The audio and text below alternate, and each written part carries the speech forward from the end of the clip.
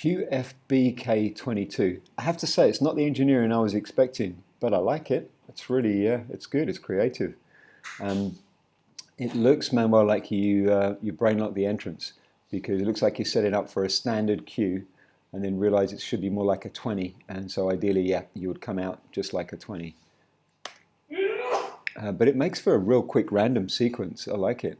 That first 22 build is just a little busy.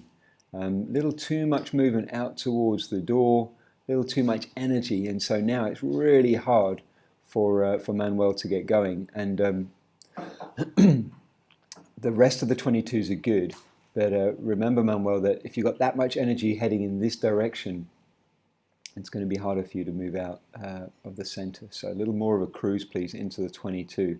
And ideally, it's not totally sideways. It's kind of more back here at 45 degrees. But the rest of them are pretty good. So I think that's more of a factor of the build. Yeah, awesome job on that cue, guys. It's not what I would have expected, but it just looks real good. Yeah, so that 22 you can see here, it's a nicer build, Manuel. And now you can see your trajectory is back at 45, which is what Fred is expecting. And also Felipe as well. Nice job, Felipe, just sitting up there and cruising on the 22s.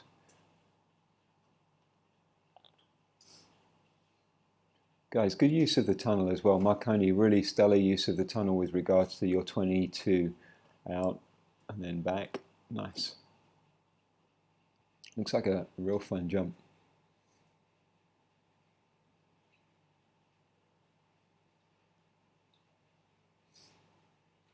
Yeah, it makes for very quick randoms for sure.